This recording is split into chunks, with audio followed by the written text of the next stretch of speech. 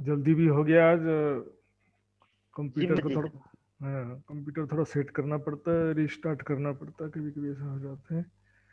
तो आइए सुंदर साथ जी शुरू करते हैं।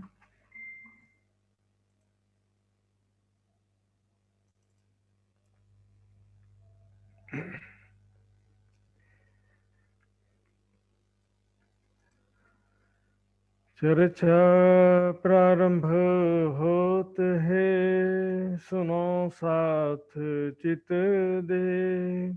भजो राज श्यामा श्री प्राणनाथ, सखी जीवन हमारो ये। श्री महामति कहे सात जी, भया चर्चा का बखत। अब तुम सुनियो चित दे। लाल आगे आए बैठे न तखत, लाल आगे आए बैठे न तखत।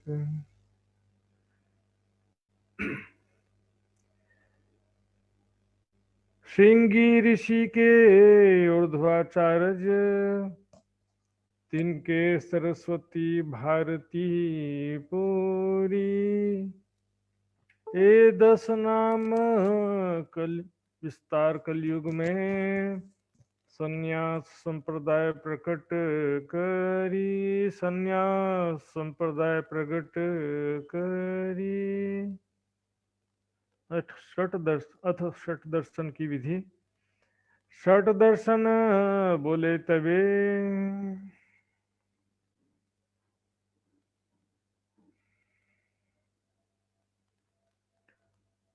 प्रणाम जी सुंदर साथ जी।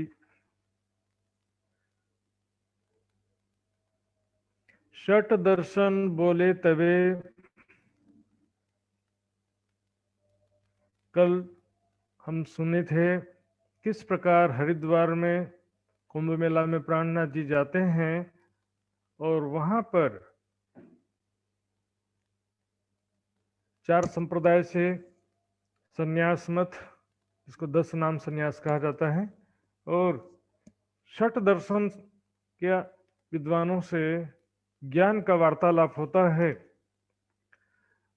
ये कोई शास्त्रार्थ जैसा चुनौती दे करके बातचीत नहीं हुआ है। ये शुरू में ही हमने देखा, प्राणनाथ जी ने कहा कि हम सोई ग्रहे हम आए, आप हमको क्लियर कर दो, समझा दो, तो वो हम ग्रहण करने के लिए आए हैं, जो हमारे संशय का समाधान कर देगा।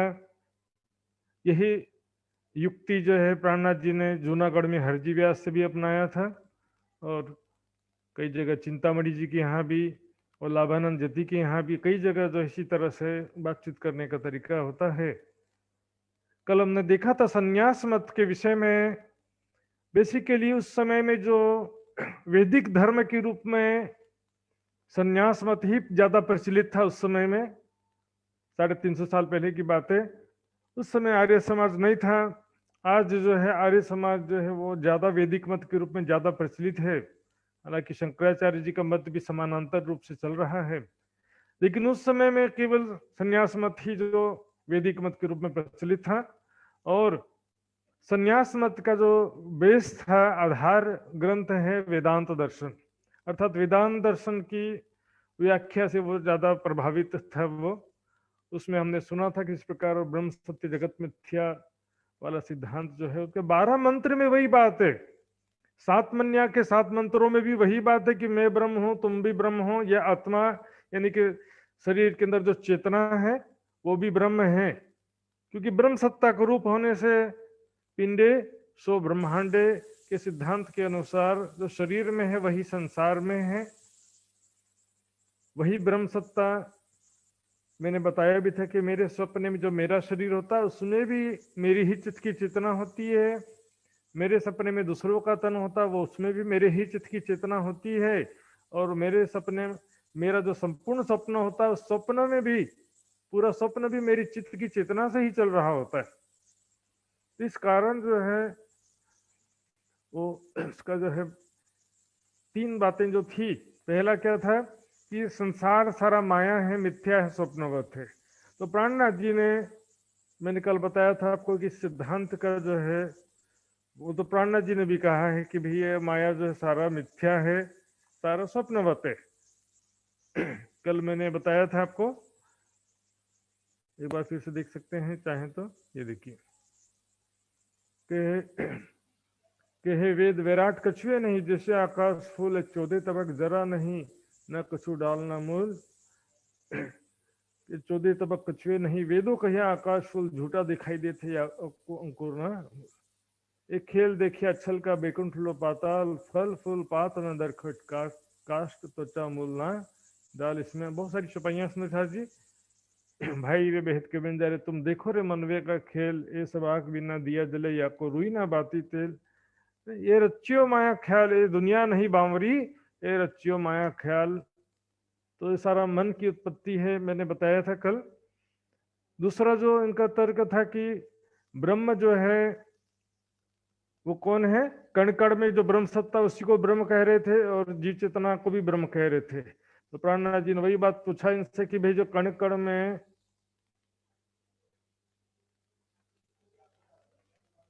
जो यदि परमात्मा है कण कण में, तुम बैकुंठ जमपुरी एक कर देखी, तब तो शास्त्र पुराण सब भानिया। बैकुंठ और यमपुरी को आपने एक जैसा कर दिया। बैकुंठ और फिर बैकुंठ में भी परमात्मा है, कण कण में है तो बैकुंठ में भी परमात्मा है, स्वर्ग में भी परमात्मा है, फिर नरक में भी तो परमात्मा है ना। फिर नरक जाने से क्यों सब डरते हैं। फिर हाँ, मंदिर में परमात्मा है तो फिर टॉयलेट बाथरूम में भी परमात्मा हो गया। फिर तो हाँ, बकरी के अंदर भी परमात्मा, और बकरी को काटने वाले कसाई के अंदर भी परमात्मा है। काल आवत कबो ब्रह्म भवन में तुम क्यों ना विचारो। तो सुंदर जी देखेंगे यहाँ पर जो सिद्धांत है उसमें इनके जो 12 मंत्र हैं उसमें भी वही बात कही गई कि मैं ब्रह्म हूँ, वो ब्रह्म तुम हो, तुम भी वही ब्रह्म हो, मैं भी ब्रह्म हूँ। अर्थात मेरे अंदर जो चेतना वो भी ब्रह्म है, तुम्हारे अंदर जो चेतना वो भी ब्रह्म है। जीव चेतना या जीव आत्मा का अलग से अस्तित्व नहीं माना है। मैं भी ब्रह्म हूँ, मेरे अंदर चेतना वो भी ब्रह्म है, तुम्हारे अंदर भी चेतना वो भी ब्रह्म है। अज्ञान के कारण वो जीव भाव को प्राप्त हो गया है। और ब्रह्म प्राणनाथ जी ने सारे प्रमाणों से बताया। सबसे बड़ा प्रमाण यहाँ देखेंगे सुंदर साथ जी, ये मैंने कल नहीं दिखाया था, ध्यान देंगे।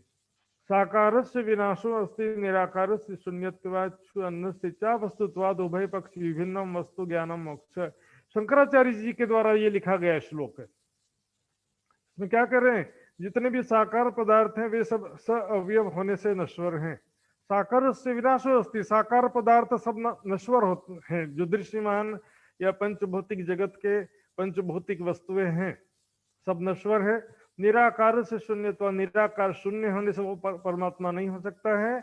ये दोनों से त्वाद उभय पक्ष विभिन्नम, दोनों से एक अतिरिक्त तीसरा वस्तु है, अर्थात एक तीसरा तत्व है, वो परमात्मा इन दोनों से भिन्न है, जिसे जानकर ही मोक्ष की प्राप्ति होती है। हर जगह देखेंगे तीसरी चीज का वर्णन है, गीता में भी कहा अक्षर अक्षर दो पुरुष हैं, ये दोनों परमात्मा नहीं, इससे भिन्न तीसरा एक और है, उत्तम पुरुषस्त्वान्य, वो परमात्मा है। इस तरह से वेदों का भी मंत्र ये यजुर्वेद में कहा गया है, वेदाहमेतम पुरुषम महंतम आदित्य वर्णम तमसा परस्तात्, तमे विदित्वाति मृत्यु में नान्य पंथ विद्यते है।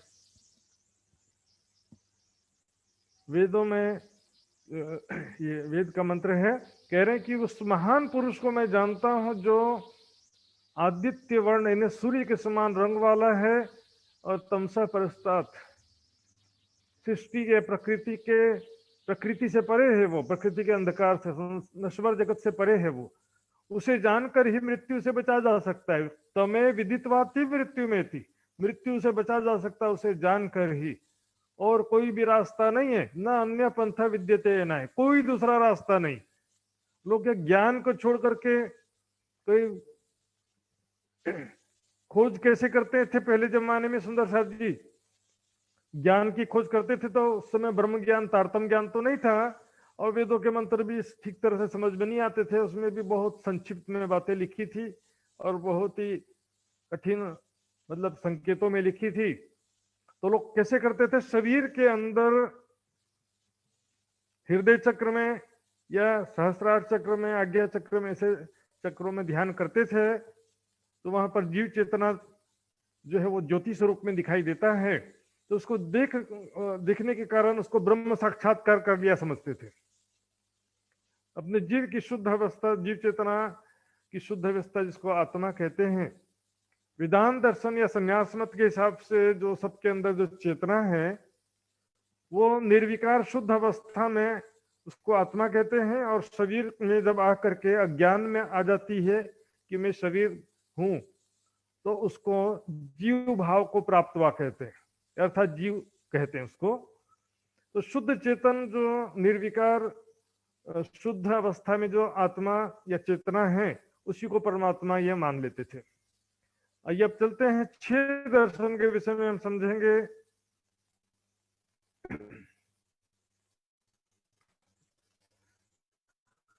छह दर्शन के आचार्य क्रमशः अब बातचीत करते अपना अपना परिचय देने का प्रयास करेंगे, अपना सिद्धांत समझाने का प्रयास करते हैं।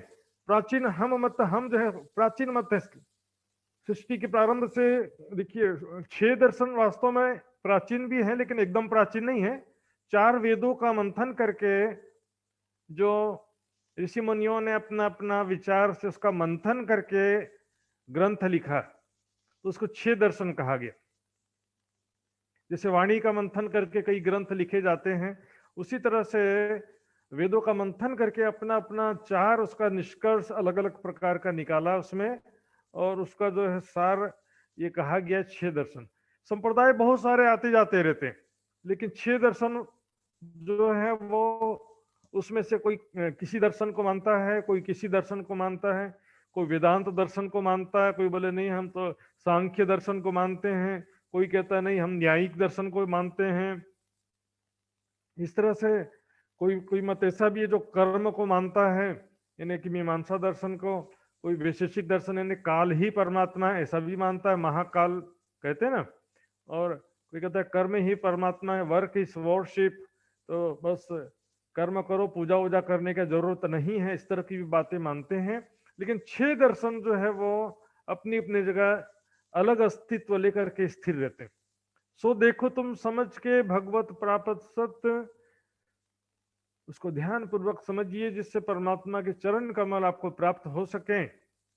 परमात्मा का स्वरूप ही नहीं मानते तो चरण कमल कैसे प्राप्त करने की बात करेंगे। परमात्मा की प्राप्ति हो जाए, जो सत्य परमात्मा है, कण कण में व्याप्त जो ब्रह्म सत्ता है, हम देखेंगे घुमा फिरा करके वहीं पर जाते हैं सब,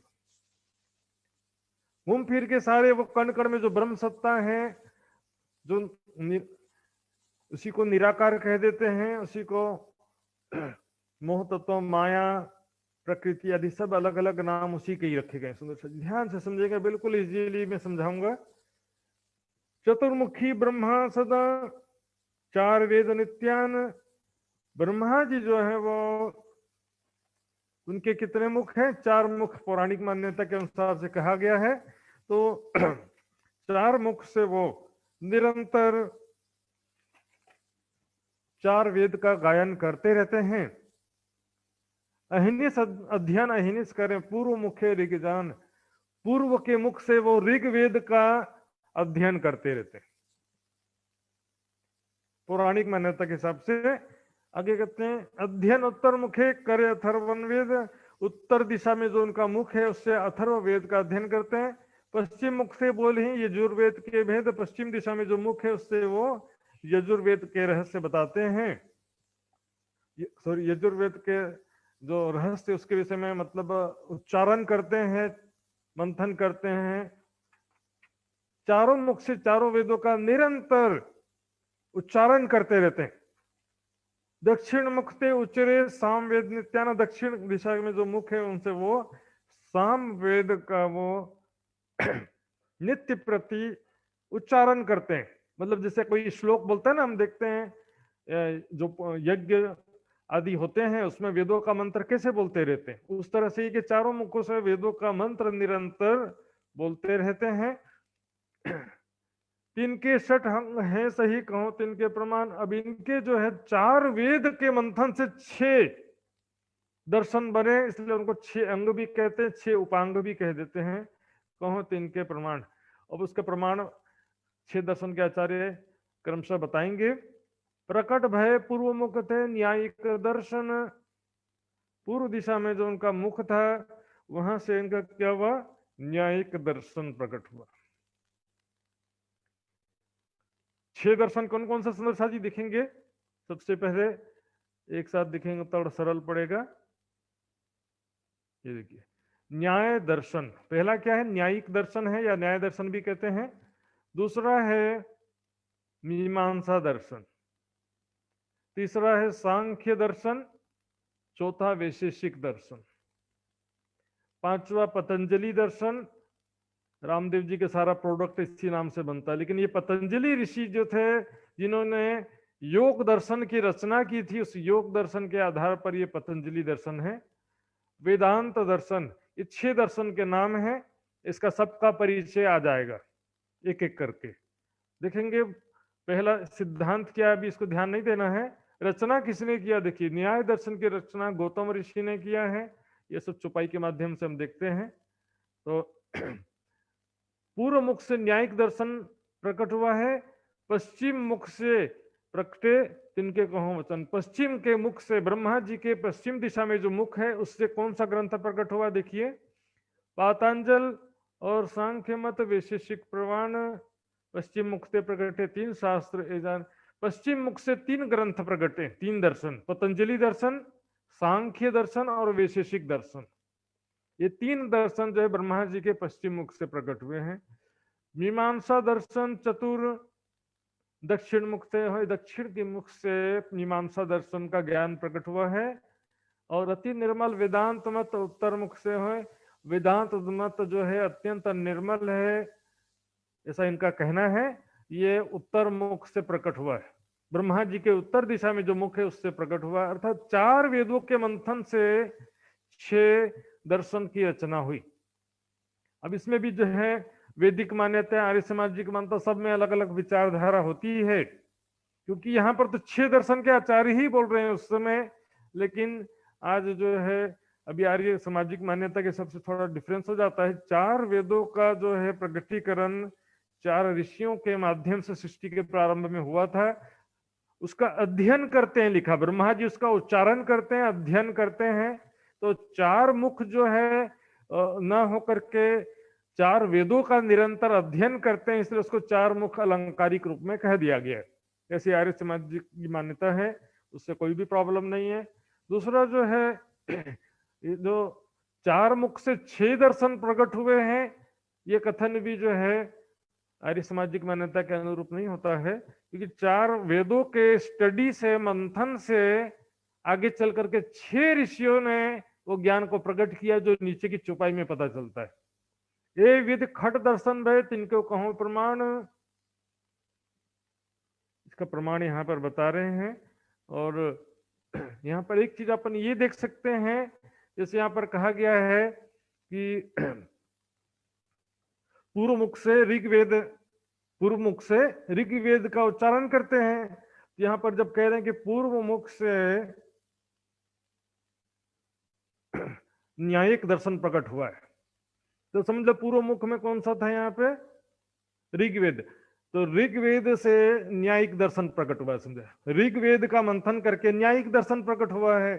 अब देखें, पश्चिम मुख से यजुर्वेद लिखा है, तो पश्चिम मुख से जो 3 ग्रंथ हैं, यजुर्वेद से 3 ग्रंथ हुए, पतंजलि दर्शन, सांख्य दर्शन, वैशेषिक दर्शन।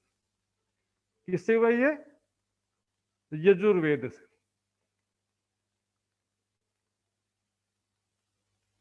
उसके बाद देखते हैं दक्षिण मुख से मीमांसा दर्शन लिखे हैं, तो दक्षिण मुख से कौन सा वेद आया देखते हैं, तो साम वेद है।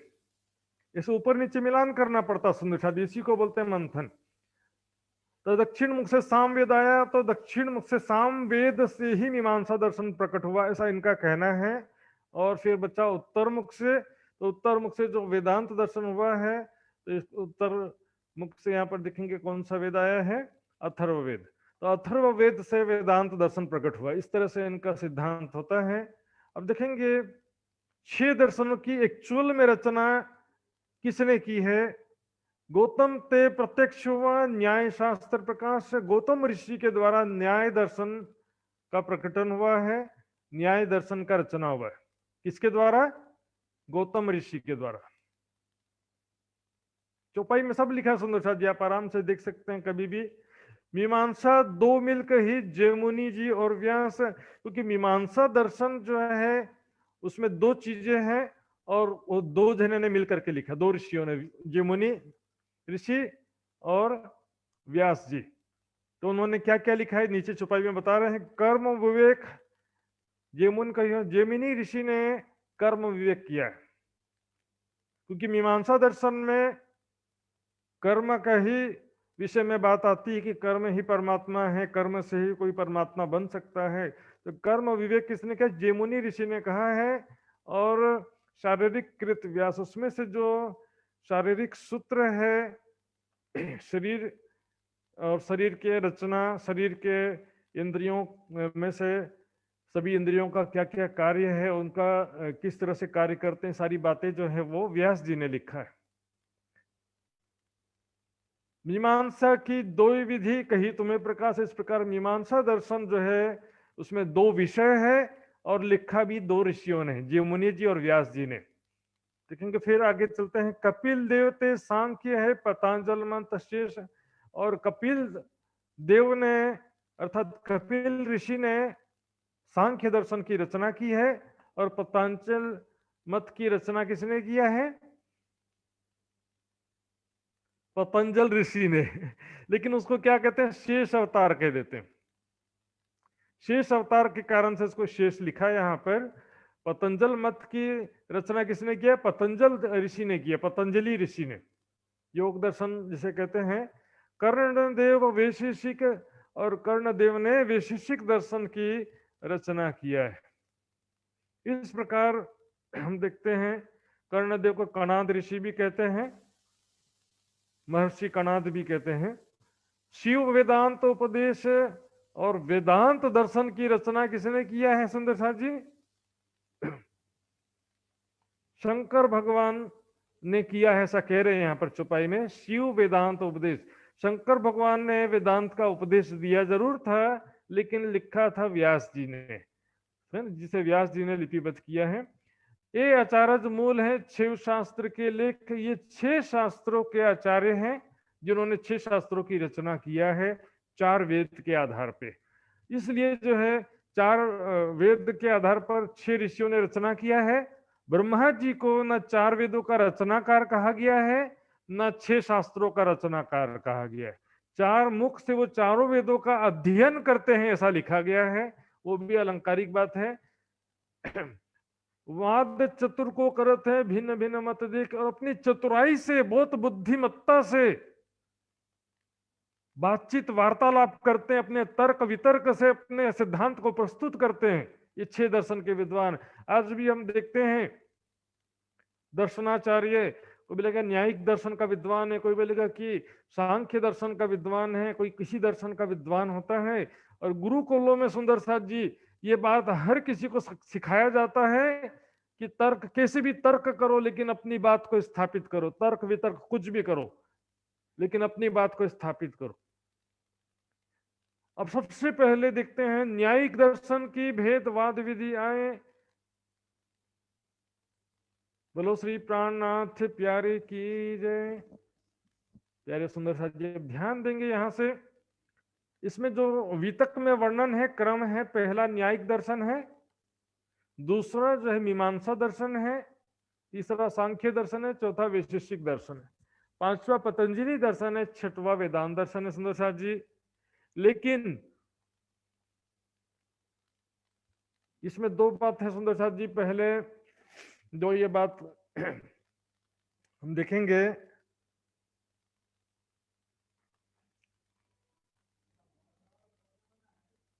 इसमें 6 जो दर्शन हैं, 6 दर्शन का क्रम में थोड़ा बदल करके समझाऊंगा सुंदर साथ जी, ध्यान देंगे। क्रम जो है समझने में जो इजी पड़ेगा आपको, ये गिनती याद रखना है, 1 2 3। एक बेतरण गुजराती में बोलते हैं 1 2 3। ये गिनती, इसके अनुसार हम चलेंगे, बिल्कुल सरल पड़ेगा सुंदर साथ जी, कुछ भी कठिन नहीं है।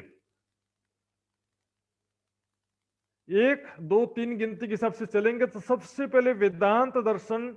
वेदांत दर्शन में क्या है? एक यानी कि अद्वैत। अद्वैत का सिद्धांत यानी कि परमात्मा ही एक अनादि तत्व है उसके अलावा अनादि तत्व और कुछ भी नहीं है। अर्थात जीव आत्मा का भी अलग से कोई अस्तित्व नहीं है। जीव आत्मा भी परमात्मा है, कण कण में ब्रह्म सत्ता है, वो भी परमात्मा या ब्रह्म है।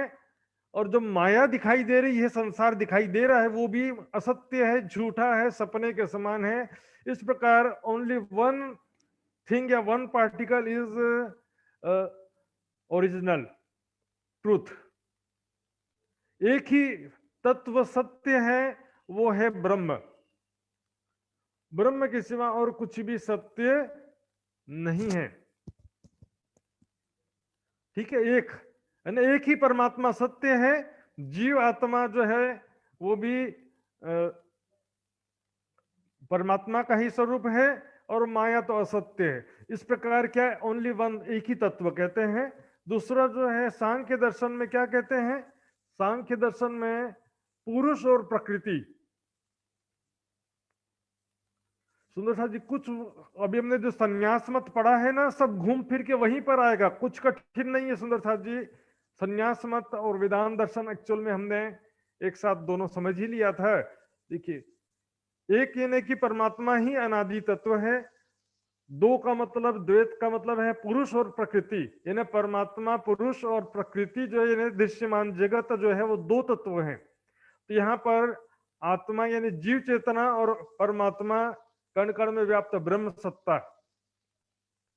उन दोनों को ही परमात्मा कहा है। और प्रकृति यानी दृश्यमान जगत है कि स्थूल व सूक्ष्म परमाणु, उसको जो है प्रकृति कहते हैं। ये भी मैं विस्तार से बताऊंगा। यहाँ पर दो तत्व हैं। न्यायिक दर्शन में तीन अनादि तत्व हैं। तीन अनादि तत्व क्या है? माया यानी कि प्रकृति, संसार जो है वो माया, संसार जो प्रकृति का है ना, उसी को माया कहते हैं। प्रकृति माया एक ही चीज है। संसार जो है, जगत है, वो भी अनादि है, सूक्ष्म परमाणु के रूप में वो भी अनादि है, सत्य है, उसका भी कभी नाश नहीं होता। इन्हें संसार भी सत्य है। परमात्मा ईश्वर जिसे वो जिससे भी परमात्मा कहते हैं, लेकिन इसमें परमात्मा का ही भाव है या ब्रह्म का ही भाव है कि ब्रह्म जो है वो भी अनादि है, वो तो है ही है, ऊपर वाले ने भी कहा। और इसमें जीव जो है वो अलग है, यानी कि ब्रह्म अलग है, जीव अलग है। यहां पर ब्रह्म और जीव को एक कर दिया था। यहां पर क्या किया था? पुरुष और प्रकृति, ब्रह्म और जीव को एक ही स्वरूप माना था। जीव चेतना और ब्रह्म सत्ता को एक ही स्वरूप माना, इसलिए वो यहां पर दो ही तत्व था, ये दो का एक हो गया था। और यहां पर क्या हुआ था?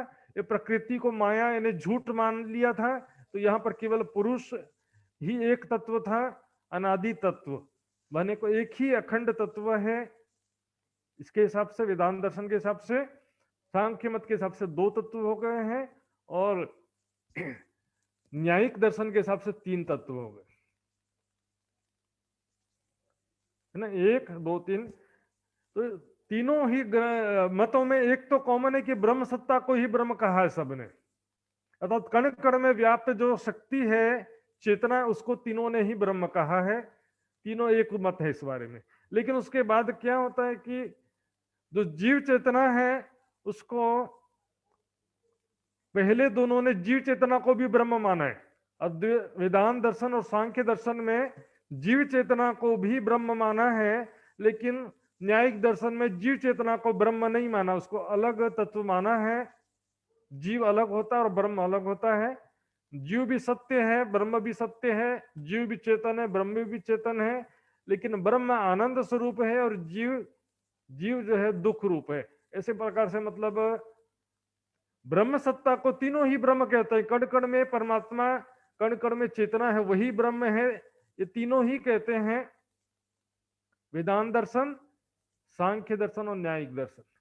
लेकिन दूसरे नंबर पे जीव चेतना की जो बात आती, तो जीव चेतना में दो मत, वेदांत दर्शन और सांख्य दर्शन जो है, ये जीव चेतना को भी ब्रह्म ही कहते हैं, यानी कि मैं भी ब्रह्म हूं, तुम भी ब्रह्म हो, ये दोनों का वही सिद्धांत है।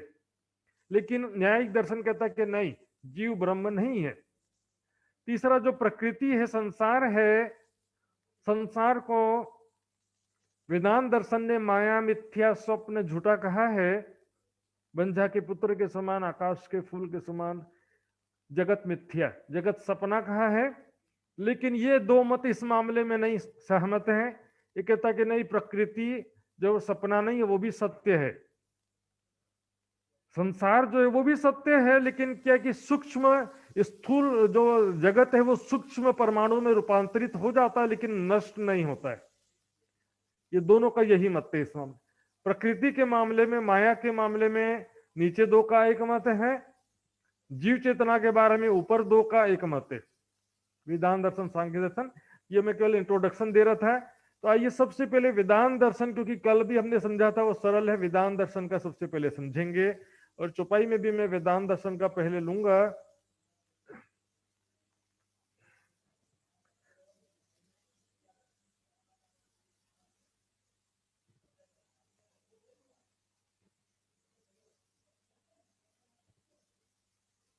ये देखिए इसमें फिर वेदांतनी दर्शन यही ब्रह्म बिना कछु कहत न ते ही। वेदांत दर्शनी क्या कहते हैं, अर्थात वेदांत दर्शन के विद्वान क्या कहते हैं कि ब्रह्म बिना कछु कहत न ते ही। हम जो है ब्रह्म के बिना कोई बात ही नहीं करते, ब्रह्म के बिना और किसी का अस्तित्व हम मानते ही नहीं है। ब्रह्म सत्य, जगत मिथ्या, ब्रह्म के सिवा कोई अनादि तत्व नहीं है, ब्रह्म के सिवा कोई भी अखंड अविनाशी तत्व नहीं है। संसार जो है, प्रकृति जो है वो भी माया है, और जो जीव चेतना है वो ब्रह्म का ही स्वरूप है, इसलिए वो सेपरेट अलग से कोई वस्तु नहीं है। जीव चेतना और कण कण में व्याप्त जो शक्ति है, इसको हम वाणी में ब्रह्म सत्ता लिखा है, उसको वो ब्रह्म ही मानते हैं, और जीव चेतना को भी वो ब्रह्म ही मानते हैं, क्योंकि जीव चेतना भी ब्रह्म सत्ता का ही रूप होता है। इस प्रकार ब्रह्म बिना हम कुछ भी नहीं कहते हैं। माया को अनाद पुनि कहीं, लेकिन माया तो कहेंगे कि झूठी है, लेकिन माया भी अनादि है। जिस प्रकार ब्रह्म अनादि है तो माया भी अनादि है। किस प्रकार से सुंदर साथ जी? ये माया जो है क्या मतलब होता है? माया बने को हिंदी में माया का मतलब होता है जादू, तिलिस्म। संसार को माया क्यों कहते हैं? ये जो दिखता तो है लेकिन होता नहीं है, दिखाई तो देता है लेकिन इसका झूठा होता है। जैसे टोपी में से, वो जादूगर होता है ना, टोपी में से कबूतर निकले थे, दिखाई तो दे रहे थे, फिर वो कबूतर टोपी में गए और गायब हो गए, फिर देखे तो टोपी के अंदर कुछ भी नहीं था। इस प्रकार जो है इसको क्या कहा है कि बाजी के कबूतर। वाणी में भी कल मैंने चौपाई दिखाया था। इसको जो है संसार को एक बंझा के पुत्र के समान, खरगोश के सिंह के समान आदि ये उदाहरण देते हैं। लेकिन कहते कि माया भी वैसे अनादि है, अर्थात जिस प्रकार ब्रह्म अनादि है तो माया भी अनादि है। माया एक अज्ञान है, वो अज्ञान जो है, ब्रह्म में अज्ञान हुआ है, लेकिन वो अज्ञानता भी अनादि है। ब्रह्म भी अनादि है और उसकी अज्ञानता भी अनादि है, उसकी निंद्रा या उनका जो भ्रम है वो भी अनादि है, ऐसा इनका कहना है। वाणी के हिसाब से देखें तो प्रवाह रूप से तो माया को अनादि कह सकते हैं, लेकिन स्वरूप से अनादि नहीं कह सकते। वाणी में भी चौपाई आता है, ए माया आद अनाद की चली जात अंधेर। माया क्या है? अनादि काल से बनने मिटने वाली जो माया है, बनती मिटती है लेकिन अनादि काल से बनती मिटती है, इसलिए उसको अनादि काल से बनने मिटने वाली कह सकते हैं, प्रवाह रूप से अनादि कह सकते हैं, लेकिन स्वरूप से अनादि नहीं कह सकते। माया सदा ब्रह्म मध्य रहे, माया सदा से ब्रह्म के ही भीतर रहता है, अर्थात ब्रह्म, माया किसको हुई है, मतलब भ्रम किसको हुआ? ब्रह्म को हुआ, क्योंकि ब्रह्म के सिवा किसी दूसरे का अस्तित्व तो नहीं मानते हैं, तो फिर भ्रम किसको हुआ है? बचा कौन फिर? ब्रह्म के सिवा कोई है ही नहीं, तो और किसको भ्रम होगा? तो भ्रम किसको हुआ है? ब्रह्म, ब्रह्म को ही तो भ्रम हुआ है ना इनके अनुसार, क्योंकि ब्रह्म के सिवा किसी का अस्तित्व नहीं मानते हैं। माया जो हमेशा ब्रह्म के अंदर रहती है, लेकिन माया का तीनों काल में अस्तित्व नहीं है ऐसा भी कहते हैं। अर्थात माया असत्य है, भूतकाल में भी वो असत्य है, भविष्य काल में भी असत्य है, वर्तमान काल में भी असत्य है।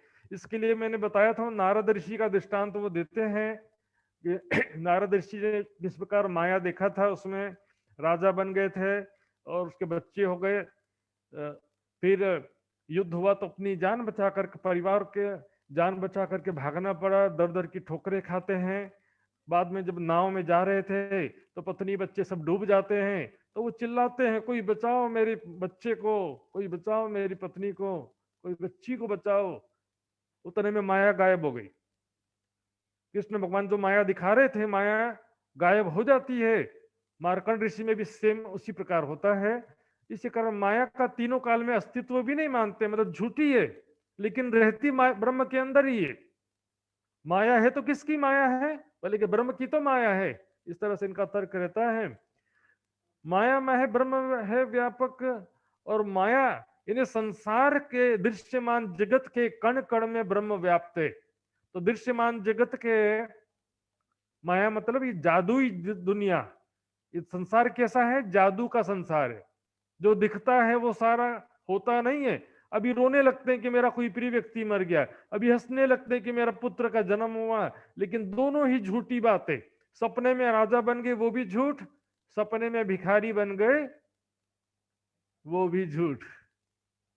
सुंदर साथ जी, इस विषय में एक राजा जनक का भी उदाहरण आता है। सुंदर साथ जी, कोई जल्दबाजी नहीं है सुंदर साथ जी, आराम से चलेंगे हम सभी, धीरे धीरे आगे बढ़ेंगे। ये 6 दर्शन का जो सिद्धांत है, 30 दिन की वितक में तो आधे घंटे में खत्म कर देते हैं, लेकिन आप सबके लिए यहां पर मैं विस्तार से ले रहा हूं। राजा जनक का दृष्टांत बहुत समझने वाला दृष्टांत है। एक बार राजा जनक, क्योंकि ये वेदांत दर्शन या शंकराचार्य जी के मत में ये दृष्टांत प्रचलित है। राजा जनक जो है एक बार अपने कमरे में सो रहे थे महल में, तो उन्होंने अचानक सपना देखा। देखते हैं कि मेरे राज्य में सूखा पड़ गया है, अकाल पड़ गया, बारिश नहीं हो रहा है, प्रजा में हाहाकार मचा हुआ है। 1 साल बारिश नहीं गिरा, दूसरे साल फिर बारिश नहीं गिरा, तीसरे साल फिर बारिश नहीं गिरा, हाहाकार मच गया। अब तो ऐसी स्थिति आ गई कि राजमहल में भी खाने के लिए अनाज नहीं था। तब राजा क्या करे? भूख लगती तो राजा हो या प्रजा हो, सबको अनाज की खोज करनी पड़ती है। तब निकल पड़ते हैं। राजा जनक सपने में देख रहे हैं, ध्यान से सुनो साथी, सपने में देख रहे हैं, भोजन की तलाश में निकल पड़ते हैं महल से। और जब वो आगे चलते हैं, जब अब सोचिए जरा, राजा के पास ही अनाज नहीं तो प्रजा के पास कहां से आएगा? जब राजा के पास ही अनाज नहीं है तो प्रजा के पास कहां से होगा? ढूंढते ढूंढते बहुत देर हो गई। बाद में एक जगह एक घर में दीपक जलता हुआ दिखाई दिया।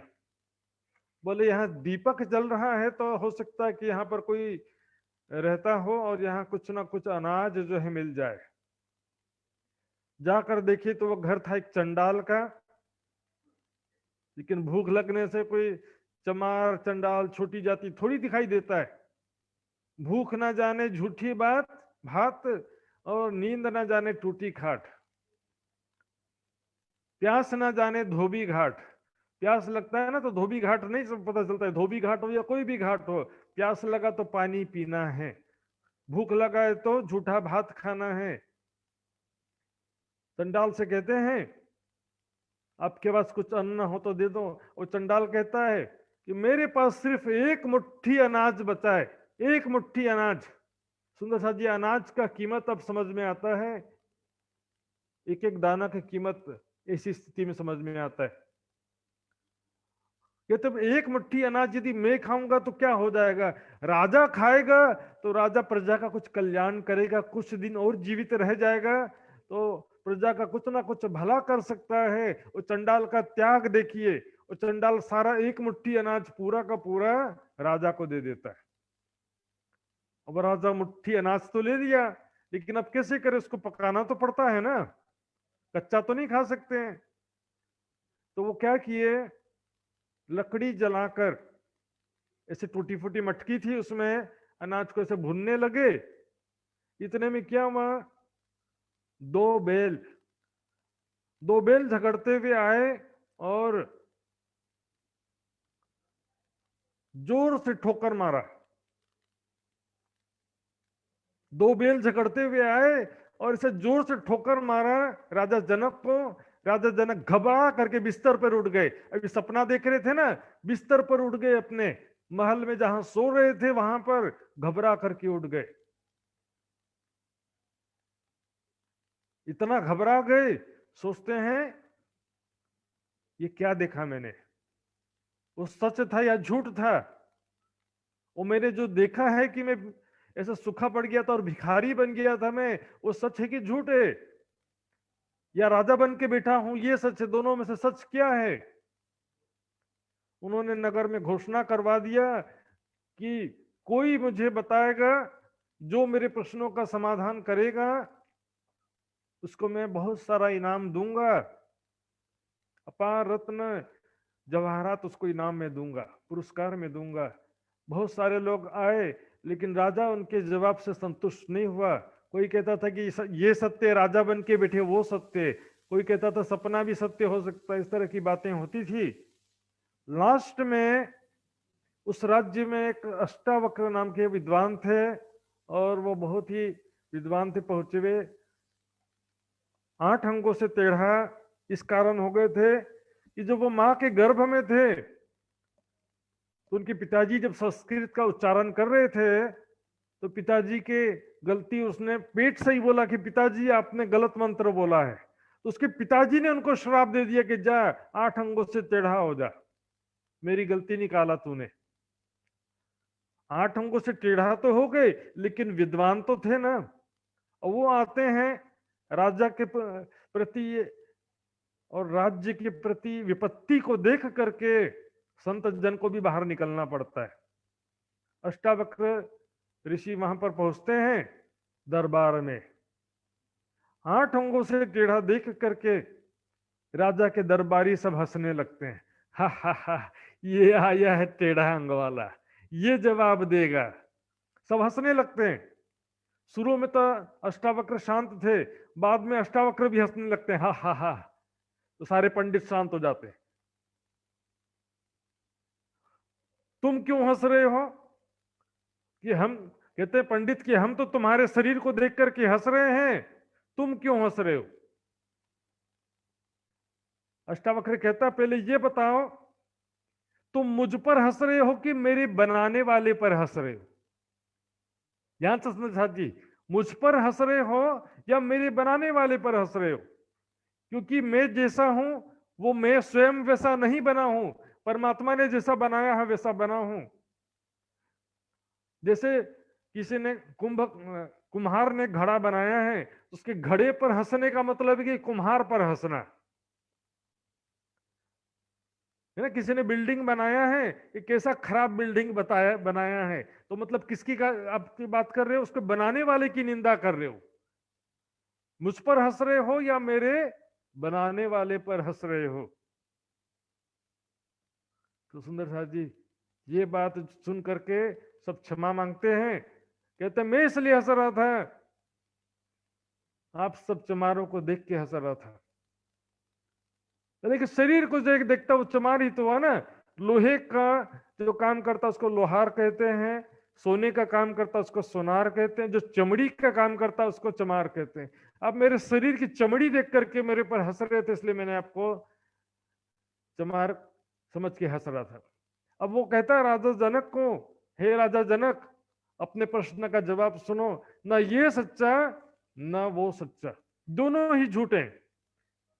सपने में जो भिखारी बन गए थे वो भी झूठ था, और अब ये जो राजा बन के बैठे हो ये भी झूठ है।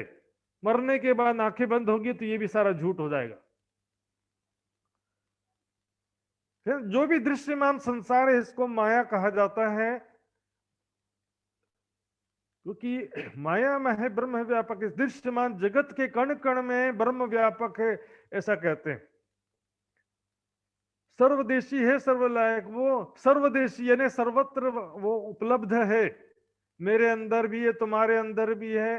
अहम ब्रह्मास्मि तत्वमसि सर्वम खलवम इदम ब्रह्म। और अय आत्मा ब्रह्म, ये आत्मा जो है मेरे अंदर आत्मा वो भी ब्रह्म है, तुम्हारे अंदर आत्मा वो भी ब्रह्म है। सर्वदेशी है, सर्वलायक, वो सर्वदेशी है, सर्वलायक यानी सबके लिए उपलब्ध है। जहां भी है, जो जहां पर है, सबके लिए उपलब्ध है। ब्रह्म बिना दूजा जो देखे तिनको हम अज्ञानी रखे। संसार में ब्रह्म के अलावा दूसरा कोई भी अस्तित्व देखता है, अर्थात यदि जीव चेतना अलग है और ब्रह्म अलग, ऐसा कहता है तो उसको भी हम अज्ञानी कहते हैं। जो कहता है कि संसार सत्य है, उसको भी हम अज्ञानी कहते हैं। यानी कि संसार तो सारा झूठा है, वो सत्य नहीं है, और जीव चेतना है वो भी ब्रह्म है, और कण कण में ब्रह्म सत्ता है वो भी ब्रह्म है, दोनों ही ब्रह्म है। अर्थात ब्रह्म बिना हम कुछ दूसरा अखंड अविनाशी तत्व मानते ही नहीं। एकमात्र अखंड अविनाशी तत्व है वो ब्रह्म है। ब्रह्म के सिवा दूसरा कुछ भी अखंड अविनाशी नहीं है। अणु ते हस्ती ले लो जानो, अणु यानी छोटा परमाणु से लेकर के हाथी तक, बड़ा हाथी तक, सब के अंदर एक है ब्रह्म ही सबके अंदर है, एक ही ब्रह्म सबके अंदर है। वही ब्रह्म सत्ता संसार के कण कण में है। प्राणनाथ जी की वाणी के अनुसार वही ब्रह्म सत्ता सबके अंदर जीव रूप से है। उसी को हुक्म भी कह देते हैं। ब्रह्म सृष्टि के रूप में भी हुक्म है, जीव सृष्टि के रूप में भी हुक्म है, ईश्वरी सृष्टि के रूप में भी हुक्म है। सब अपना अपना रोल कर रहे हैं। हुक्म तो है सब में, हुक्म बिना कोई ना है, पर या में हुक्म नजर लिए और रूह का बड़ा मता या में। तीनों सृष्टि, ब्रह्म सृष्टि, ईश्वरी सृष्टि, जीव सृष्टि, तीनों के अंदर जीव चेतना के रूप में वही ब्रह्म सत्ता या हुक्म है। लेकिन ब्रह्म सृष्टि के तन में परात्म की नजर है और जागृत बुद्धि है, जोश की शक्ति आदि चीजें जो है वो परमाराज जी जब प्रदान करते हैं तो वो भी चीजें साथ में तारतम ज्ञान भी आ जाता है। तो इनका कहना वही है कि कण कण में जो चेतना है वही ब्रह्म है, सबके अंदर ब्रह्म है, ऐसा इनका कहना है। इच्छा रहित सबंध से न्यारा, और इच्छा रहित है और माया से, सबंध से यानी माया से परे है वो। लेकिन इस संसार से अलग है ऐसा नहीं कह रहे हैं, इस संसार से अलग ऐसा नहीं कह रहे वो क्या कह रहे हैं कि माया से भिन्न है, अर्थात माया और ब्रह्म अलग अलग है। माया जो दृश्यमान संसार है, जो दिखाई दे रहा है संसार, वो माया है, अर्थात झूठ है वो, इसलिए उसका अखंड अनादि तत्व में गिनती नहीं करते। है तो अलग लेकिन अनादि नहीं है। और ब्रह्म जो है वो, अर्थात ब्रह्म सत्ता संसार के कण कण में जो व्याप्त है चेतना, उसी को ब्रह्म कहते हैं। सबके अंदर जो जीव चेतना है उसको भी वो ब्रह्म ही कहते हैं। इच्छा रहित सबंध से न्यारा, करता कर्म न कुछ विचारा, वो न जगत का करता है न वो कोई कर्म भी नहीं करता है। अर्थात ये इच्छा रहित सबंध से न्यारा, ब्रह्म जो इच्छा रहित है और वो आनंदमयी स्वरूप है, जो आनंद का स्वतः आनंद का स्वरूप है, तो वो इच्छा उसको जरूरत नहीं होता, उसको पूर्ण काम कहते हैं। परमात्मा को पूर्ण काम, इच्छा होने से पहले ही इच्छा पूर्ण हो जाती। प्राणनाथ जी कहते हैं, जो तुम सर्वत्र ब्रह्म कहियो तब तो अज्ञान कछुए ना ही। यदि आप कहते हो कि सबके अंदर ब्रह्म है, मेरे अंदर भी जो चेतना वो भी ब्रह्म है, तुम्हारे अंदर चेतना वो भी ब्रह्म है, अर्थात मैं भी ब्रह्म हूं और तुम भी ब्रह्म हो, सभी ब्रह्म हैं यहाँ पर, सारी दुनिया में सभी प्राणी ब्रह्म है, तब तो अज्ञान कछुए ना है। तो अज्ञानता क्यों है? क्योंकि ब्रह्म तो ज्ञान स्वरूप होता है ना, प्रज्ञानम ब्रह्म। ब्रह्म जब वो ज्ञान स्वरूप होता है, परमात्मा जो है वो ज्ञान स्वरूप होता है, तो सभी को ज्ञानी होना चाहिए ना। ऊपर जो ज्ञान सुना रहा वो भी ज्ञानी ब्रह्म हो गया, और नीचे जो ज्ञान सुन रहा वो अज्ञानी ब्रह्म हो गया। ऐसा क्यों है? फिर अज्ञान नहीं होना चाहिए ना। तो खट शास्त्र भय काहे को मोहे ऐसी आवत मन माही, तो 6 शास्त्रों की रचना क्यों हुई है? क्या ब्रह्म को भी ज्ञान प्राप्त करने के लिए शास्त्र पढ़ना पड़ता है? मोहे ऐसी आवत मन माही, मेरे मन में ऐसा संशय हो रहा है, प्राणनाथ जी कहते हैं। क्योंकि ब्रह्म सत्ता और ब्रह्म में डिफरेंस नहीं करते। ब्रह्म का मूल स्वरूप जो नश्वर जगत से परे है, उसकी पहचान नहीं होने से कण कण में व्याप्त ब्रह्म सत्ता को ही वो ब्रह्म समझ लेते हैं। अब ब्रह्म सत्ता में वेरिएशन हो सकता है, ब्रह्म सत्ता में सुख भी होता है, ब्रह्म सत्ता में दुख भी होता है, ब्रह्म सत्ता में ज्ञान भी होता है, ब्रह्म सत्ता में अज्ञान भी होता है, लेकिन ब्रह्म का मूल स्वरूप है वो प्रेम का स्वरूप है, आनंद का स्वरूप है। वहां पर दुख नहीं होता है, अज्ञान नहीं होता है। छह शास्त्र की रचना क्यों हुआ फिर? निराकार सब माही विराजे। आप कहते हो कि परमात्मा निराकार है, सबके अंदर वही विराजमान है। मेरे अंदर जो चेतना वो भी ब्रह्म है, आपके अंदर चेतना वो भी ब्रह्म है, कण के अंदर कण कण में जो शक्ति है वो भी ब्रह्म है। परंतु वो ब्रह्म क्या इच्छा रहित सदा वो इच्छा रहित है और सदा सुंदर स्वरूप वाला है, किशोर स्वरूप वाला, अत्यंत सुंदर स्वरूप वाला है। होत जगत कौन ते ही, ये संसार यदि परमात्मा निराकार है तो ये संसार किससे प्रकट होता है? साकार से साकार प्रकट होता, निराकार से निराकार। सुंदर साथियों, पेड़ नहीं है तो छाया कैसे बनेगा? बिंब नहीं है तो प्रतिबिंब कैसे बनेगा? साक्षात है तभी तो सपना है। साक्षात हम आंखों से दुनिया को देख रहे हैं, तभी तो सपने में भी वो दुनिया दिखाई देती है ना।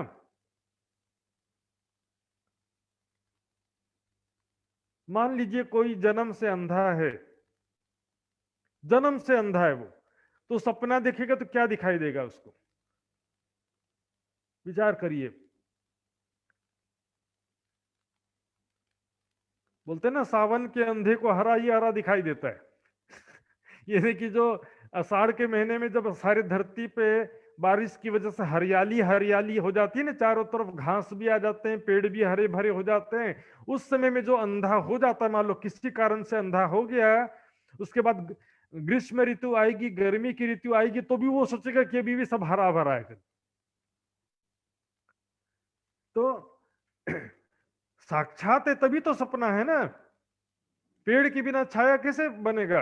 एक काली किन पाई नहीं, सब छाया में रहे उलझाए।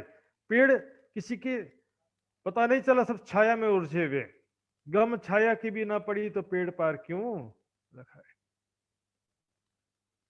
माया की ही पहचान नहीं है, ईश्वर जगत की पहचान नहीं, तो आगे की पहचान कैसे होगी? ब्रह्म ब्रह्म विषय माया कछु नहीं। प्राणनाथ जी कह रहे कि ब्रह्म में माया कभी भी नहीं हो सकती। यदि देखिए, सीप और चांदी का उदाहरण देते हैं। सीप होता है ना जो समुद्र में, सीप, शंख के अंदर में सीप होता है, उसमें क्या होता है कि चांदी जैसा चमकता है वो शंख। सीप जो होता है, शंख भी कहते हैं उसको। तो शंख में क्या होता है कि इससे जो पानी होता है उसमें वो ऐसे चमकता है, तो चांदी के समान दिखाई देता है वो। अंधेरे में रस्सी पड़ा हुआ है, वो रस्सी अंधेरे में सांप के समान दिखाई देता है। तो वही कह रहे हैं, अज्ञान किसको होता है? तीसरे व्यक्ति। देखिए, एक वस्तु हो गया रस्सी, दूसरा हो गया सांप, और तीसरा देखने वाला। तीन हो गए कि नहीं हो गए? तो इसको भ्रम किसको हुआ है? ब्रह्म विषय माया का चुनाई। ब्रह्म को कभी भ्रम नहीं हो सकता। यदि ब्रह्म को ये भ्रम हो गया है तो उसका भ्रम कौन दूर करेगा? फिर देखिए, मेरे अंदर जो ब्रह्म है वो परमात्मा का साक्षात्कार करके जागृत हो गया, और दूसरे के अंदर जो ब्रह्म है वो परमात्मा का साक्षात्कार नहीं किया है, वो माया में डूबा हुआ है। मतलब एक ब्रह्म जागृत हो गया है और एक ब्रह्म माया में डूबा हुआ है। ऐसा कभी हो सकता है? तो क्या ब्रह्म भी एक है कि अनेक है? तो ब्रह्म तो एक ही है। यहां पर ब्रह्म सत्ता जो है, ब्रह्म सत्ता को भी ब्रह्म समझ लेना। देखिए, परम धाम ओरिजिनल है, संसार सारा समझो प्रतिबिंब है, और ब्रह्म सत्ता जो है एक बीच में मीडियम है, जिसके द्वारा ये संसार जो दृष्टिगोचर हो रहा है। अर्थात परम धाम का प्रतिबिंब, समझो संसार को प्रतिबिंब कहा है। मैं आंखों से, देखिए सुंदर, मेरी बात करो, मान लो कि मैं अपनी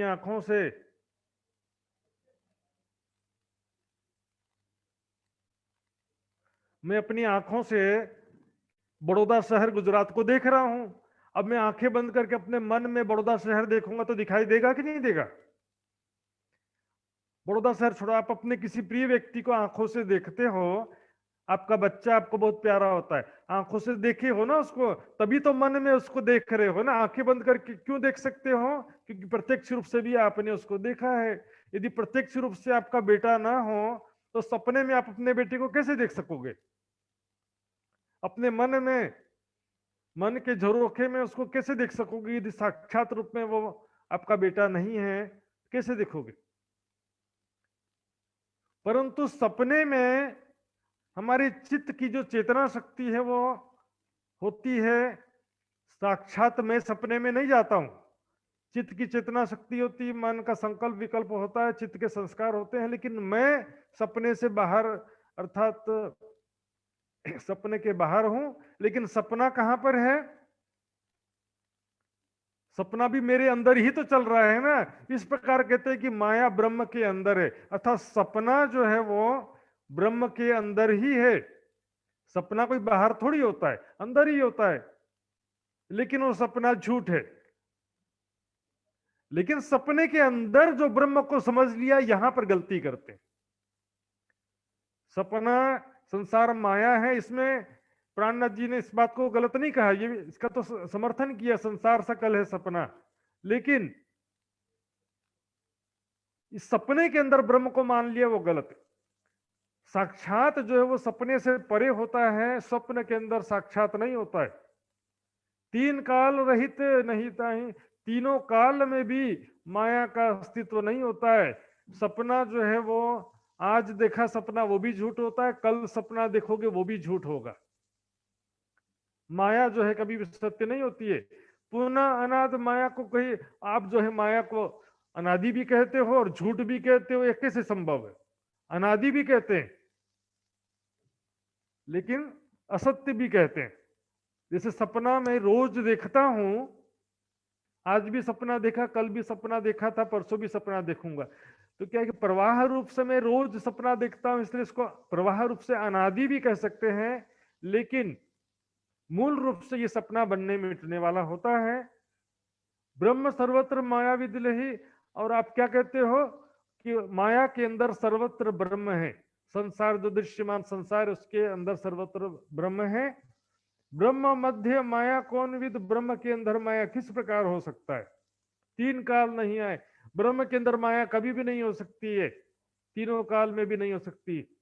अर्थात ब्रह्म को ब्रह्म नहीं हो सकता है, ब्रह्म स्वप्न दशा को प्राप्त नहीं हो सकता कह रहे। अक्षर ब्रह्म ये जो स्वप्न संसार बनाते हैं अनादिकाल से, वो जागृत स्थिति में, जागृत स्थिति में जैसे हम ख्याल में खो जाते हैं ना, जागते में हम कभी कभी ख्यालों में खो जाते हैं, उस तरह से अक्षर ब्रह्म जागृत स्थिति में करोड़ों ब्रह्मांड देखता है, जागृत स्थिति में देखता है। बस इस ब्रह्मांड में वो फरामोशी में है, क्योंकि ये ब्रह्मांड सारा राज्य के द्वारा संचालित हो रहा है। इसको जो है वाणी में उदाहरण भी दिए, जैसे कोई तीर चलाते हैं ना, तो तीर छोड़ेंगे तो एक ही पल में कई पत्तों को वो भेद देता है, कई पत्तों को चीर के निकल जाता है। उसमें भी एक पत्ते को चीरने में और दूसरे पत्ते को चीरने में जो बीच में कितना सेकंड लगा, 1 सेकंड का 1/2 भाग भी नहीं लगता है। कह रहे उतना समय लगता है करोड़ों ब्रह्मांड बनने और मिटने में। तो सपना हुआ कहां? तुम कहोगे सत्स्वरूप को सुपन क्यों कर होए, सत्य स्वरूप को सुपन नहीं हो सकता है। ये जागृत स्थिति में संकल्प के समान वो देखते हैं। मैंने बताया था कि नींद का सपना अलग होता है, जागृत अवस्था में ख्याल देखते हैं वो अलग होता है, और ईश्वरी या देवी स्वप्न होता है वो अलग होता है। ये संसार जो है जस्ट लाइक ए ईश्वरी स्वप्न देवी स्वप्न के जैसा है। इसमें राज्य जैसा चाह रहे हैं वैसा हमको दिखला रहे हैं, और किसी का कोई जोर नहीं चलता इसमें। करत करावत तुम, कहत कहलावत तुम, हुआ है होशी तुमसे, ये फल खुदाई इलम। कहना सर्वत्र ब्रह्म की ही विदल से, आप कहते हो कि कण कण में ब्रह्म है, ये किस प्रकार से कहते हो? कण कण में ब्रह्म कैसे हो सकता है? ब्रह्म तो सच्चिदानंद रूप है, जगत असत जड़ दुख को रूप है, ब्रह्म ज्ञान स्वरूप होता है, लेकिन यहाँ तो सर्वत्र अज्ञानता ही दिखाई देती है। ये भेद कहो समझा, भेद हमको समझाओ। पुनः अनाद माया को कही, फिर माया को आप अनादि कह देते हैं। कौन भांत से, किस प्रकार से संभव है माया अनादि? बनने मिटने वाली माया है ये। निराकार साकार के कहो भेद, जो इस प्रकार निराकार है कि साकार है परमात्मा, उसका स्पष्ट रूप से बताओ, उसमें क्या अंतर है?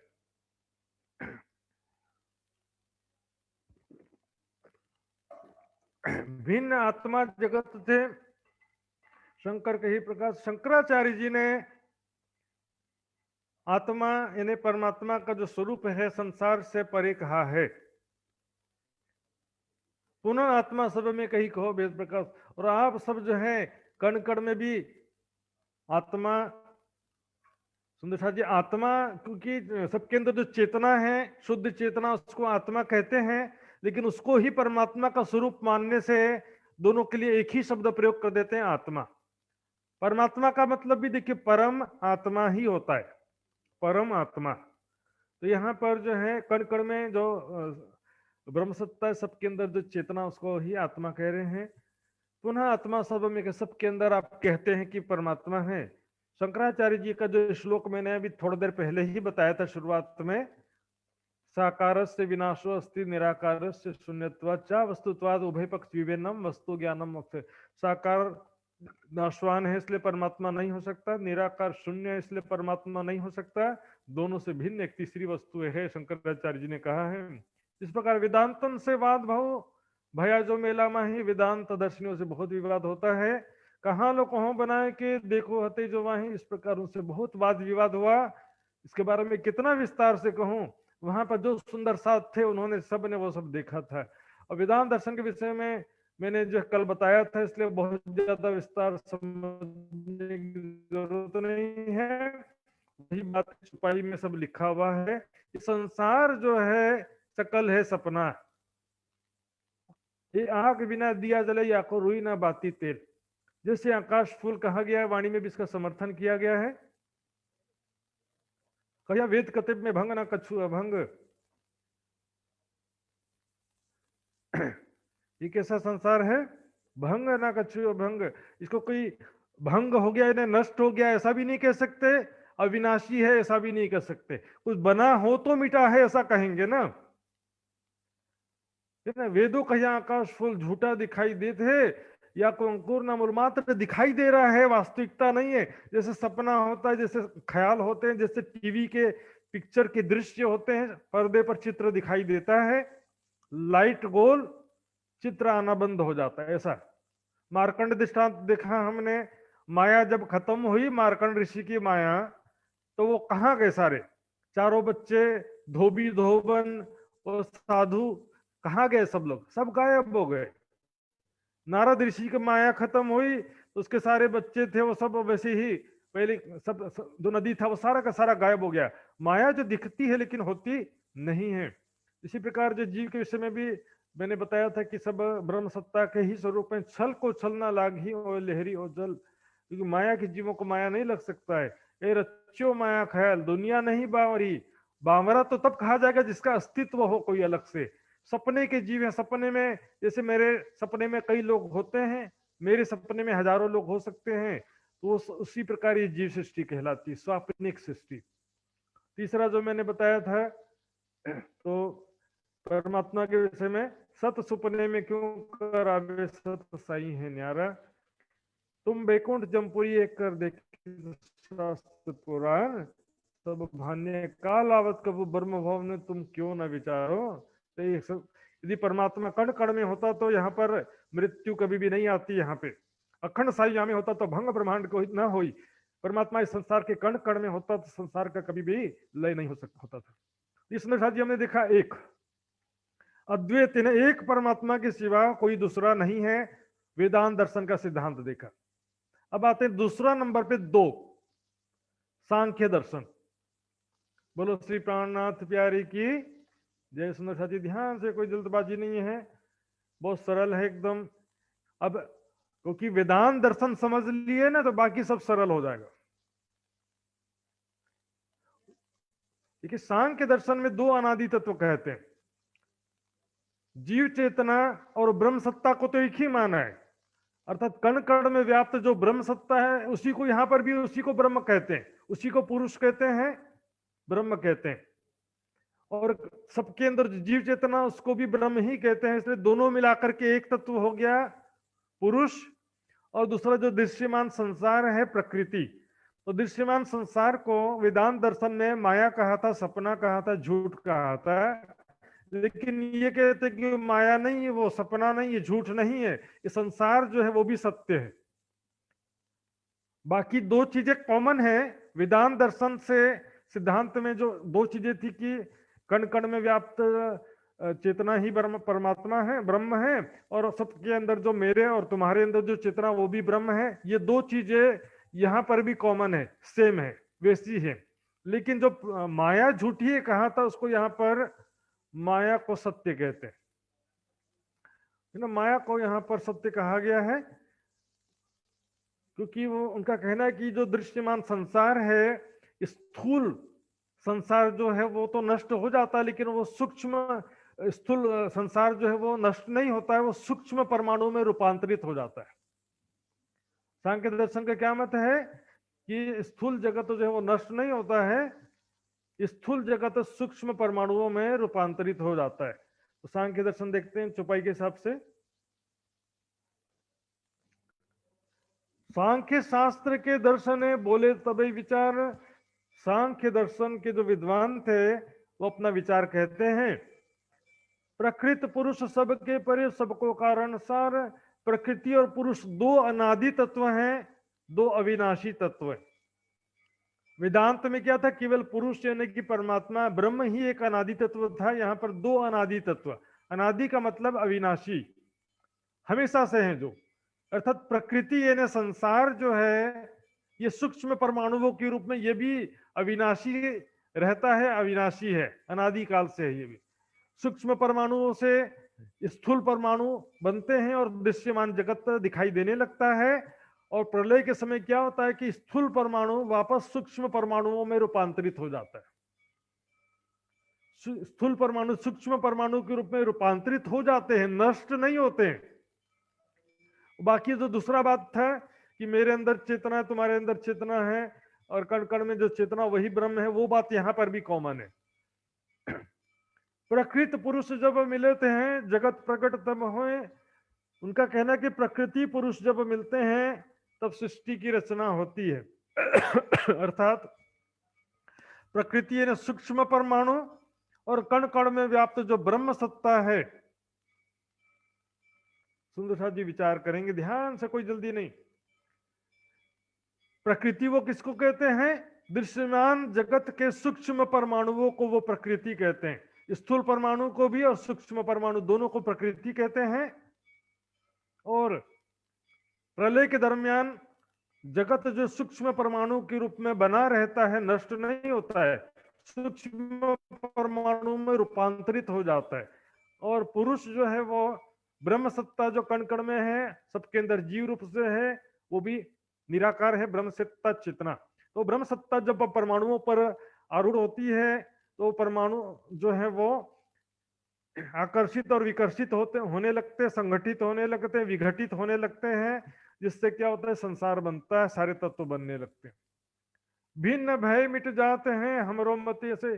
और जो ब्रह्म सत्ता है वो भी ब्रह्म का स्वरूप जिसे लोग मान रहे हैं, और ब्रह्म सत्ता और परमाणु अलग अलग हो जाते हैं तो ये संसार लय हो जाता है। कण कण में एक सत्ता है ये तो मान रहे हैं, लेकिन उसी सत्ता को ही ब्रह्म मान लेते हैं। प्राणनाथ जी कहते हैं पुरुष प्रकृत पुरुष से कहते हो जगत भयो सब है। आप कहते हो कि प्रकृति और पुरुष, अर्थात प्रकृति किसको कह रहे हैं, संसार के स्थूल व सूक्ष्म परमाणु को। पुरुष यानी कि कण कण में व्याप्त ब्रह्म सत्ता को वो कह रहे हैं सुंदर साथ जी। उनको वास्तविकता में जो बेहद मंडल में सुमंगला शक्ति और पुरुष है उसकी भी पहचान नहीं है, अक्षर अक्षरातीत की तो बात ही दूर है। सुमंगला शक्ति क्या करती है? अक्षर के मन को फरामोशी में डालती। कैसे? महामोहमयी नींद के सागर को प्रकट करती है, जिससे कि वो अक्षर का मन फरामोशी में आ जाता है और स्वप्न में वो स्वयं को आदि नारायण के रूप में देखता है।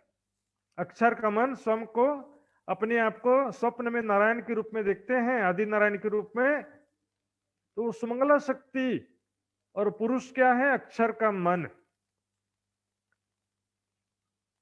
तो सुमंगला शक्ति जो है उसी की चेतना शक्ति मोह सागर, माया या नींद कहते हैं, और उसको अपनी चेतना शक्ति, उसी की शक्ति से ये सारा संसार बनता है, चलता है।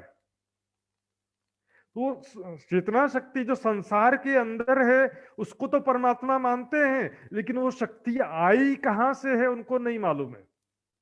उसी प्रकार ये संसार जो है सूक्ष्म परमाणु के रूप में अखंड मानते हैं, लेकिन स्थूल परमाणु हो चाहे सूक्ष्म परमाणु हो, दोनों ही सपने के अंतर्गत है। नींद जो है, नींद को परमाणु नहीं कहते सुंदर साथ जी।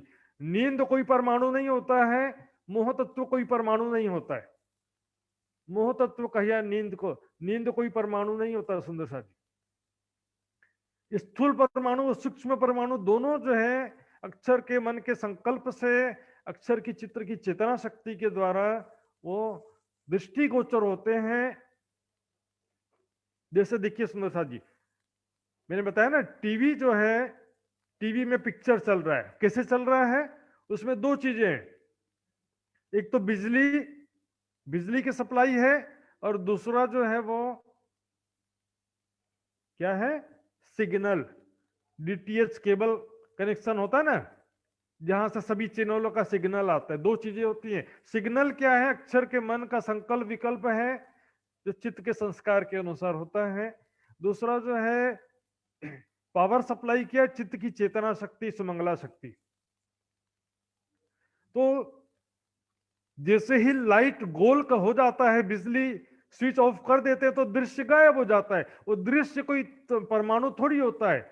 सपना कोई परमाणु से नहीं बनता है, ख्याल कोई परमाणु से नहीं बनते हैं। वेदांत दर्शन ने जो माया कहा है वो बिल्कुल सत्य बात है, प्राणनाथ जी ने उसका समर्थन किया है।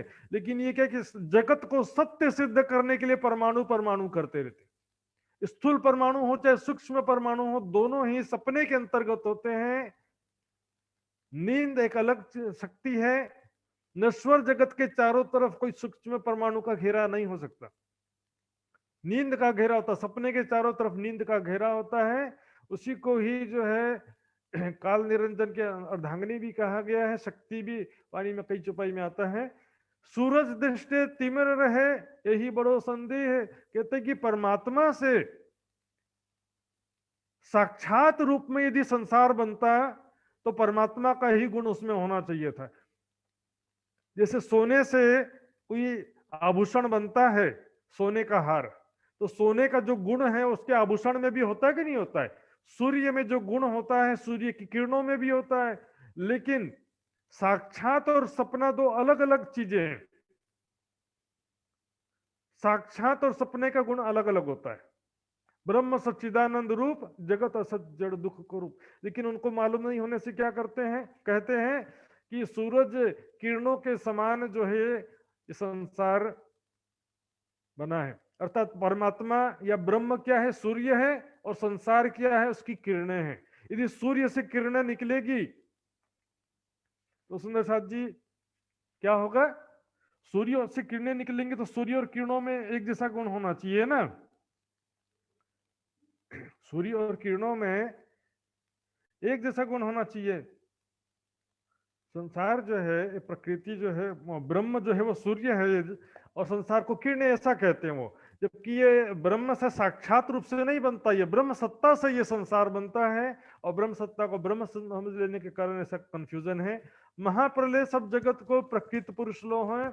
महाप्रलय में सारा संसार जब लय को प्राप्त हो जाता है, प्रकृति और पुरुष दोनों जो है पुरुष को तो वैसे ही निराकार कहते हैं, प्रकृति ये संसार भी जो है लय को प्राप्त हो जाता है।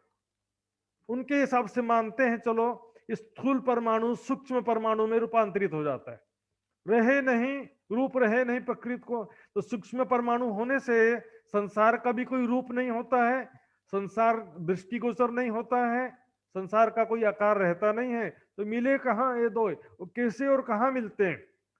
परमात्मा को भी निराकार कहते हो, प्रकृति भी निराकार हो जाएगी प्रलय में, तथा संसार भी सूक्ष्म परमाणु में यदि रूपांतरित हो गया आपके अनुसार, तो फिर दोनों कैसे मिलेंगे? मिलने के लिए रूप तो चाहिए ना। निराकार के मूर्त है, भेद को समझाए। परमात्मा का स्वरूप निराकार है कि स्वरूपवान है? यदि निराकार कहते हो तो फिर दोनों कैसे मिलेंगे? प्रलय मध्य स्थान कहाँ, और प्रलय की जब प्रलय हो जाएगा, परमात्मा संसार के कण कण में है, और प्रलय हो जाता है जब, तो क्या हो गया? सूक्ष्म परमाणु से भी ब्रह्म निकल गया, इनके अनुसार सूक्ष्म परमाणु से ब्रह्म निकल गया, यानी कि सूक्ष्म परमाणु संसार के कण कण में जो ब्रह्म सत्ता थी वो ब्रह्म सत्ता निकल गई, तो सूक्ष्म परमाणु से अलग होकर के वो कहाँ जाता? ब्रह्म सत्ता, अर्थात ब्रह्म, उनके अनुसार ब्रह्म, और वाणी के अनुसार ब्रह्म सत्ता कहां से आया और कहां जाता है? जो तुम अपनी बुद्धि कर निराकार कहता है, अपनी बुद्धि से तुम ब्रह्म को निराकार कहते हो, तो मिलन कहो कैसे भयो? यदि परमात्मा भी निराकार मानते हो और प्रकृति भी निराकार हो जाएगी, तो दोनों कैसे मिलेंगे? विशिष्ट इस प्रकार जो है दो भेद पुनीना है, दोनों में अंतर समझावा प्राणनाथ जी कहते हैं। हम देखेंगे यहाँ पर सांख्य दर्शन के विषय में प्राणनाथ जी ने वाणी में कह दिया, उस समय जो है सृष्टि रचना से पूर्व ना अव्यक्त प्रकृति थी, ना अव्यक्त जगत। अव्यक्त प्रकृति यानी कि जो संसार के कण कण में जो ब्रह्म सत्ता है, या सूक्ष्म परमाणु भी यहाँ पर कई लोग अर्थ लेते हैं। चौपाई में श्लोक में तो क्या कह रहे हैं? न असत आसित, उस समय असत्य भी नहीं था, न सत्य आसित, सत्य भी नहीं था। इस मंत्र में तो कह रहे हैं कि उस समय असत्य भी नहीं था, सत्य भी नहीं था। तो असत्य का अर्थ जो है अव्यक्त, असत्य का अर्थ अव्यक्त प्रकृति लेते हैं, सॉरी, सत्य का अर्थ अव्यक्त प्रकृति लेते हैं। असत्य यानी कि जो दृश्यमान जगत है, तो ये स्थूल परमाणु सूक्ष्म परमाणु, आगे कह भी दिया, न असित रज न व्योम। रज कहते हैं परमाणु को, रज किसे कहते हैं? परमाणु को, और व्योम का अर्थ होता आकाश। उसमें परमाणु भी नहीं थे, आकाश भी नहीं था, उससे भी जो सूक्ष्म है वो भी नहीं था। इससे स्पष्ट हो जाता है कि ये जो दृश्यमान जगत है, सूक्ष्म परमाणु कहो चाहे स्थूल परमाणु कहो, ये जो दृश्यमान जगत है, स्थूल परमाणु भी उस समय नहीं थे और सूक्ष्म परमाणु भी उस समय नहीं थे। सुंदर साथ जी, इस श्लोक से स्पष्ट हो जाता है कि उस समय जो ये कह रहे हैं ना कि परमाणु सूक्ष्म परमाणु के रूप में प्रकृति अखंड अविनाशी रहती है, तो ये कथन इस श्लोक के मंत्र के द्वारा असत्य सिद्ध हो जाता है। सूक्ष्म परमाणु भी उस समय नहीं थे, अव्यक्त प्रकृति भी नहीं थी, यानी सूक्ष्म परमाणु भी नहीं थे, स्थूल परमाणु भी नहीं थे, तो फिर है ना, न असत आसित न सत आसित, उस समय में दोनों ही नहीं थे।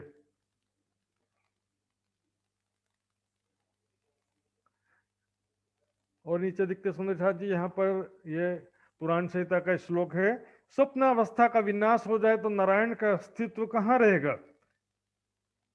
स्वप्नावस्था का, क्योंकि नारायण आदि नारायण का जो स्वरूप है वो स्वप्न में है, अक्षर का मन स्वप्न में सबको नारायण के रूप में देख रहे हैं, तो नींद खत्म हो जाएगा तो नारायण का स्वरूप कहाँ रहेगा? नींद के साथ संपूर्ण अज्ञान का भी विनाश हो जाता है। नींद खत्म, सपना खत्म, संपूर्ण अज्ञान का नाश हो जाता है।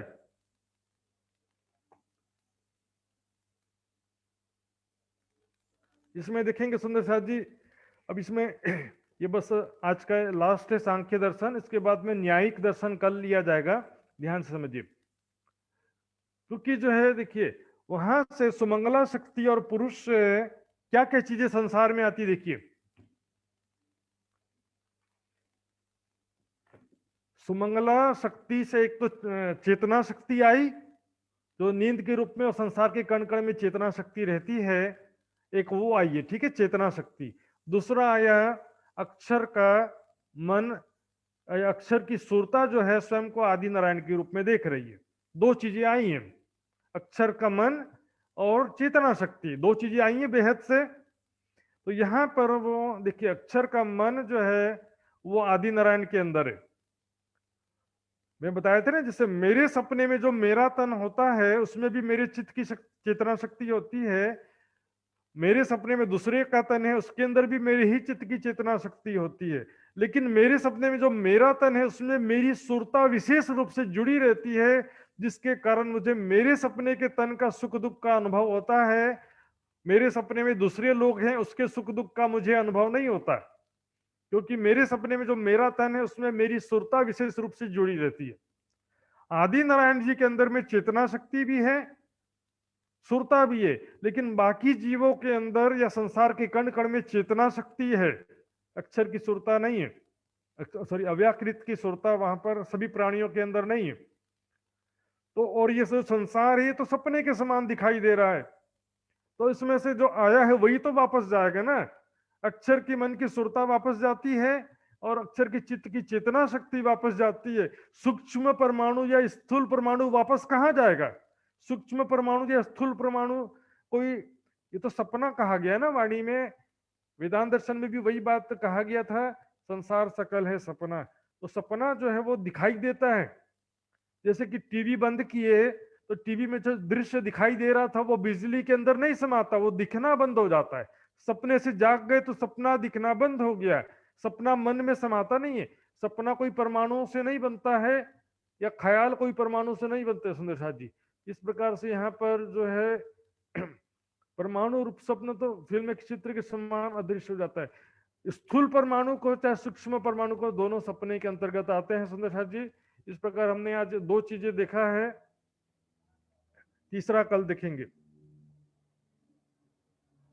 ये देखिए, 1 2 3 वेदांत दर्शन का क्या सिद्धांत है? एक परमात्मा ही अनादि है, संसार मिथ्या है, और वही परमात्मा जो है अर्थात कण कण में जो सत्ता है उसको परमात्मा कहते हैं, और वही ब्रह्म सत्ता जो जीव रूप से व्याप्त है, तो सबके अंदर जो जीव चेतना उसको भी परमात्मा कह देते हैं।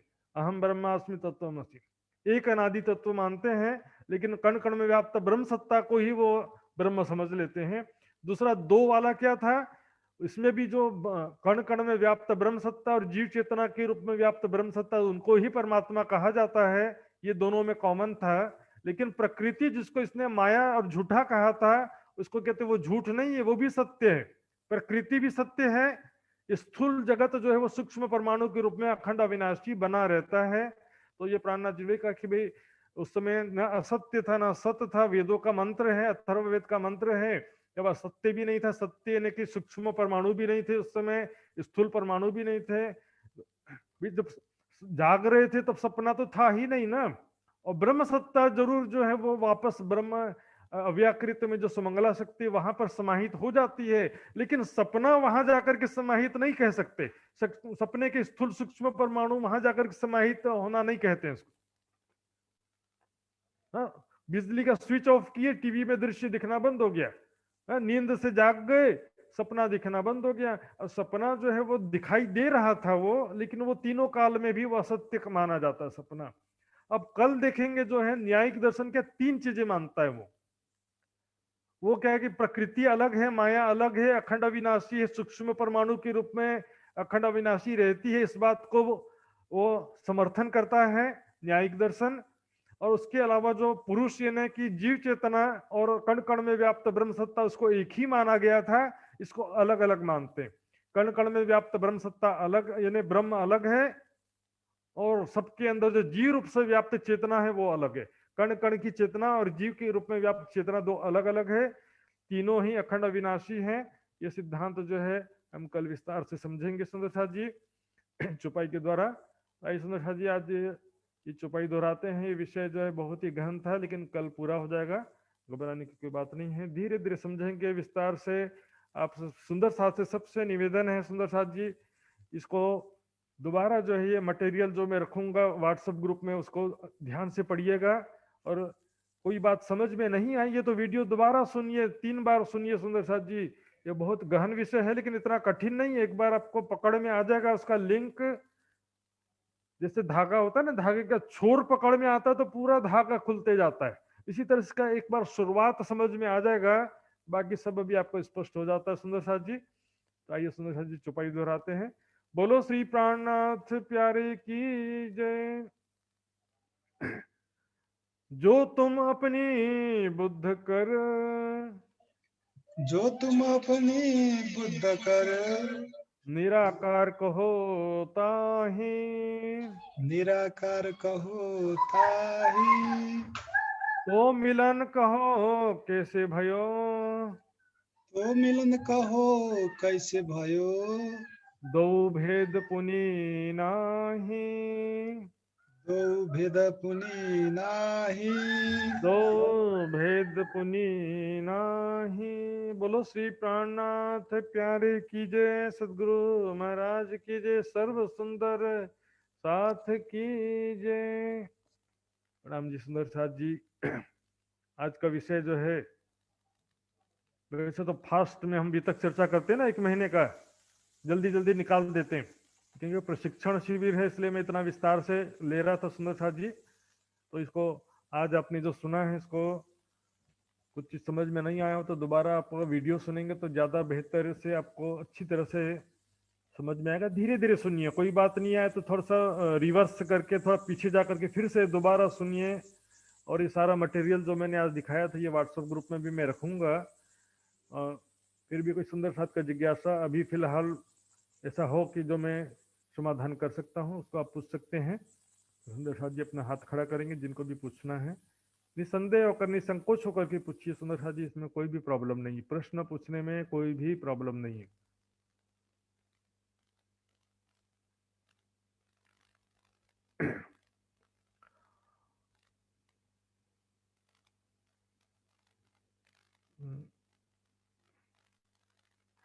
तो सुंदर साथ जी किसी का हाथ खड़ा नहीं हुआ है, कोई बात नहीं। सुंदर साथ जी व्हाट्सएप ग्रुप में, पर्सनल व्हाट्सएप मैसेज में और फोन करके भी आप कभी भी दिन भर में मुझसे पूछ सकेंगे। तो ये सुंदर साथ जी मैं आगे जो है होस्ट महोदय से जो है निवेदन करूंगा, कार्यक्रम की रूपरेखा को आगे संचालन करेंगे। सभी सुंदर साथ जी के कोमल चरण कमल में प्रणाम जी।